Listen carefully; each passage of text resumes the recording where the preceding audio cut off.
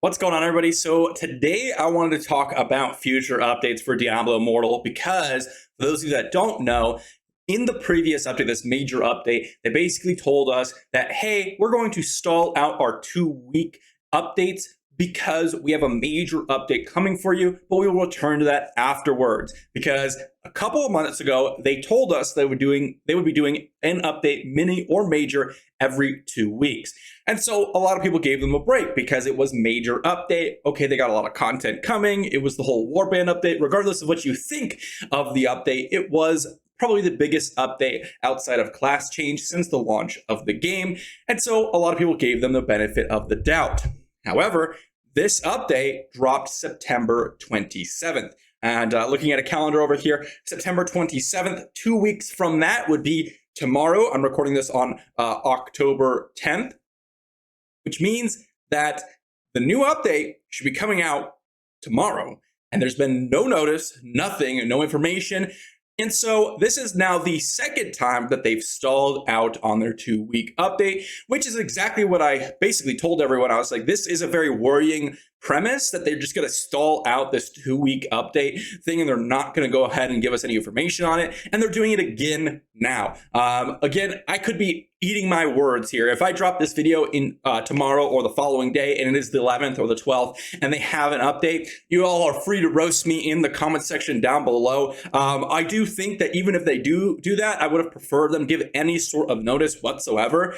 But we're going to talk about what I think the update could potentially basically contain and how I think they should absolutely get back on this 2-week schedule. It's absolutely atrocious that they're going to basically come out and tell us something directly in terms of updates, and then literally 2 updates later, they just say, oh, well, we're going to stall it out because of a major update. And then right after that, there's no excuse because it's a mini update. There's nothing. We just want some sort of content. Bug fixes, quality of life are the very basics of this game. I put out a video on the worst, how Barbarian is the worst class. And 60-70% of that video is me just talking about how the class doesn't function because of all the bugs on my character. So they absolutely guarantee need to fix that 100%. But let's talk a little bit about what I think could come up in this next update. Now, as I mentioned, this should be dropping within the next couple of days if they are staying on schedule. So, October 11th, 12th, 13th, something like that. And in the previous update, we got a lot of warband stuff and a lot of, the new dungeons, some events. So what can I see for this next upcoming update? We're obviously not going to get a battle pass until the battle pass ends. However, I do plan on seeing a couple of these more random, super easy events. I don't really like the Hungering Moon right now. For those of you that are doing this, you have to do certain tasks and the rewards are terrible. And the magic find bonuses that you can get cannot stack. So you can't necessarily go all out farming for like 20 minutes. You have to do it over the course of, like an hour and 30, hour 40 minutes because they don't stack, which is really, really irritating. There's just a lot of random things that aren't player friendly within this event, which is really unfortunate. But some things that I think are going to be major portions of this next update or within the next month. First thing is this data mine right here. For those of you that don't know, this is on the Diablo Immortal Data Mining and Leaks YouTube channel. And they release this every couple of weeks. They drop a new video talking about some more data mine stuff that they found out within the code. I don't know how to data mine. I don't know how it works. Granted, everything that is regarding data mining is always to be taken with a grain of salt. We don't know how they're going to change it. We don't know the specifics. We just know the general idea. And that is exactly what this is. The thing that I'm most excited about this data mine is this 5-star gem crafting, which I've kind of pulled up behind me.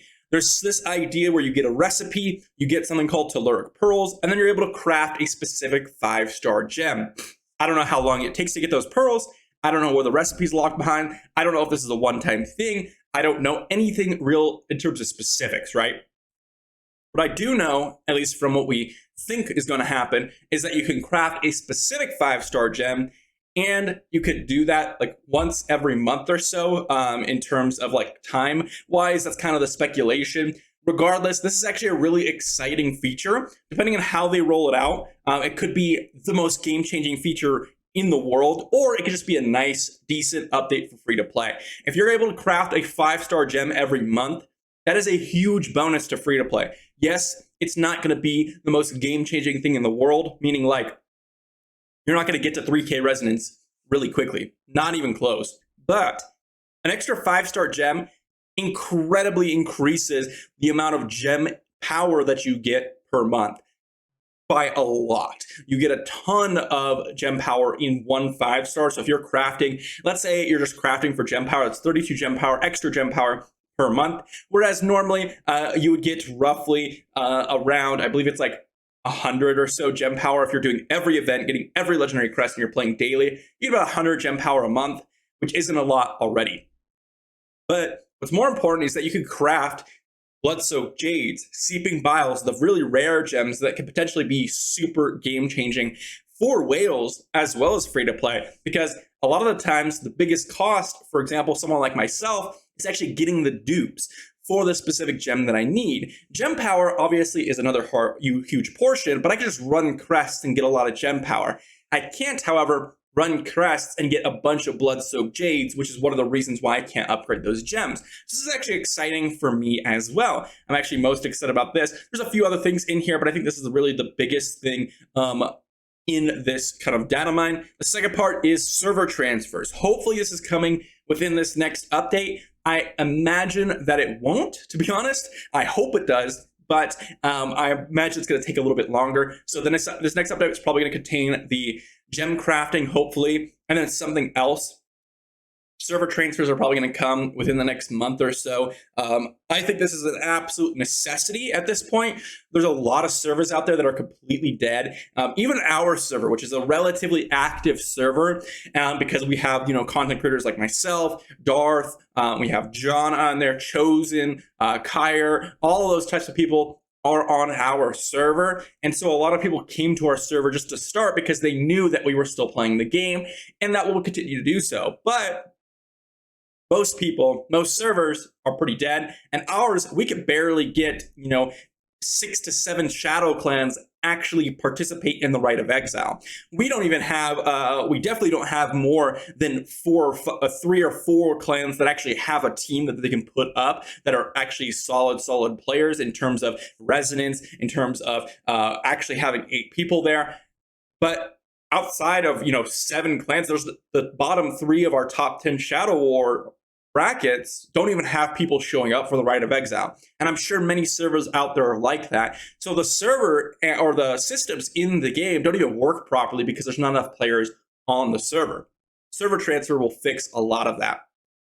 Now, I hope that this comes sooner rather than later, because there's even a bunch of other things within the game, like because they won't change dungeons, because they won't, incentivize some sort of solo play. Dungeons are impossible to get right now. Getting groups together for farming, doing, battlegrounds even, just because there's less players, but that server transfers won't really necessarily fix that. But everything in the game is harder to do and more irritating to do when there's less players. So I hope this is a huge priority for them, because getting people all together on a couple of servers, doing server merges would be preferable, but doing server transfers is okay, and still something that they could do. I'm sure many people are going to be coming to our server, Storm Shield West, US West, because obviously we have a lot of people in a clan and several clans that are going to continue to play the game because we're making content on the game, which offers some sort of stability.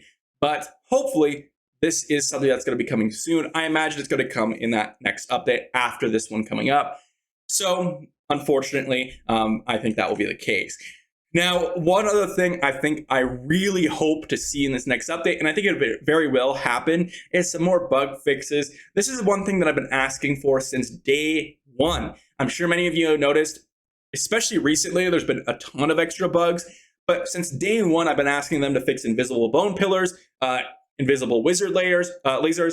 There's some barbarians in my clan that have been asking for Undying Rage fixes since day one. I've only recently experienced this, but it still happens to this day. Those 3 types of things need to be fixed in order to even play the game properly. And yes, it doesn't happen all the time, but when it does happen, the game is literally unplayable to actually play around these abilities or to even use these abilities. Other things that have happened recently, invisible people in the Rite of Exile, in the battlegrounds, in the vault. People will use Vidus, from what I could tell, and kind of manipulate the battlegrounds. I don't know if it's intentional. I don't know if it's replicable, but I've seen it so often recently, and it's still not fixed. Again, they do have like this hidden bug fix, site, But as far as I could see, they really haven't fixed a ton of the more recent bugs. I think this is the most recent one, October 4th. It says fix an issue that caused characters to appear invisible. This actually did not fix it on October 4th, unfortunately. There's a couple other ones, preventing characters from moving after recent patch. Runes will no longer be pinged to the top of inventory, purge adepts, killing 18 monsters, all this type of stuff. Really didn't fix the issue. Again, they said that they kind of hopefully fixed a few of the issues, but even yesterday, people were invisible for us in the Rite of Exile. So they definitely need to relook on this stuff, and hopefully some people out there have some recordings. I know I do myself. But again, this is really hopefully a priority for them, along with server transfers within this next update. So TLDR here at the end of the video. I guess I should have put this at the beginning of the video, but it is what it is. 3 things that I am seeing for the next month: server transfers, gem crafting, bug fixes. Those are the 3 things that I really want. In this next update, hopefully they release one of those 3 things, if not 2 of them. Again, I'm not sure when this next update is going to come out. It should be tomorrow, but I can't trust Blizzard at all because they just don't follow through what they say they're going to do. And we have not heard anything from them. If anyone else has any additional input, be sure to leave it in the comment section down below. I'm curious what you all think about the next upcoming update. It should be dropping any day now, and we'll be here waiting. So if you did enjoy, be sure to like the video, sub to the channel, and I'll be checking out your comments down below. See you for the next one.